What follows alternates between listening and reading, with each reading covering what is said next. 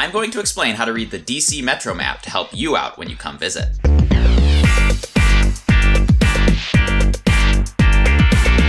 Hello, welcome to Trip Hacks DC. My name is Rob. I'm a tour guide here in the nation's capital. If you're coming to Washington DC and you're looking for the best tips, tricks, and hacks for exploring the city, make sure to subscribe to this channel and hit the bell notification icon so that you don't miss any new videos. And if you're interested in signing up for a Trip Hacks DC tour, head on over to triphacksdc.com afterwards to see the tours that I offer. In this video, I'm going to tell you how to read the DC Metro map and give you some tips to help you interpret it. If you live in or have been to DC before and have any of your own Metro hacks, leave a comment on this video and let everyone know about them. Or if you want some of my Metro videos, check out the description where I will leave a link to my Metro video series playlist. With that said, let's get started. If you're visiting Washington DC and planning on using our Metro, the Metro map is going to be your best friend. I highly recommend going and downloading a JPEG of the map to your phone.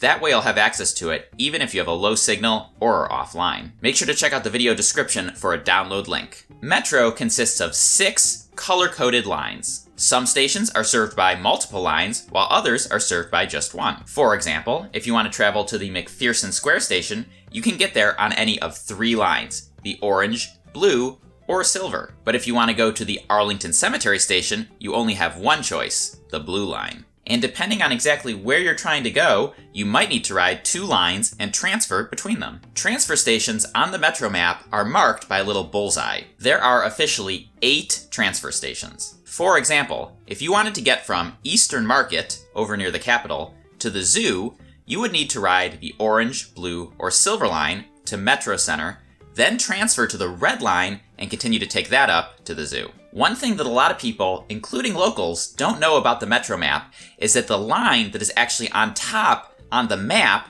is the one that's physically on top in the station. What I mean by this is, take a look at the L'Enfant Plaza station.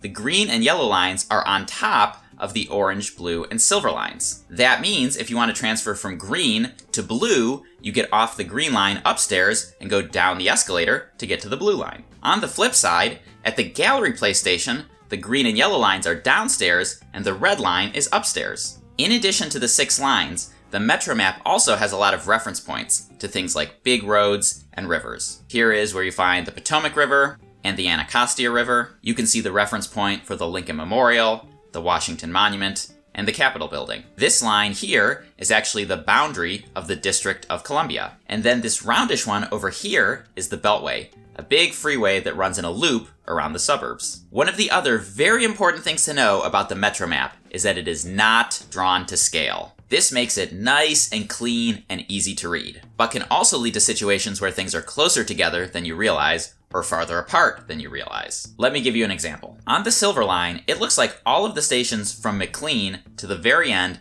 are the exact same distance apart. If we go on the Metro website and look at the stops on an actual map, you'll see that this isn't the case at all. 4 of those stations are clumped up near the Tysons Corner development. But then the last stop on the line is 6 miles away, way over to the west. Of course, most visitors are probably not going to be on that part of the Silver Line, so let me give you a better example downtown. On the Metro map, it looks like the distance between Metro Center and Gallery Place is about twice as far as the distance between DuPont Circle and Woodley Park. But on the actual map, you can see that Metro Center and Gallery Place are actually super close, whereas DuPont Circle and Woodley Park are much farther apart. About a 25-minute walk if you were going to do it. Now don't get me wrong, I'm not telling you not to use the Metro map. It is still an excellent resource when you're riding on the Metro. What I suggest doing is also using an app like Citymapper. With Citymapper, you plug in your origin and destination, and it will give you all of the options for your trip.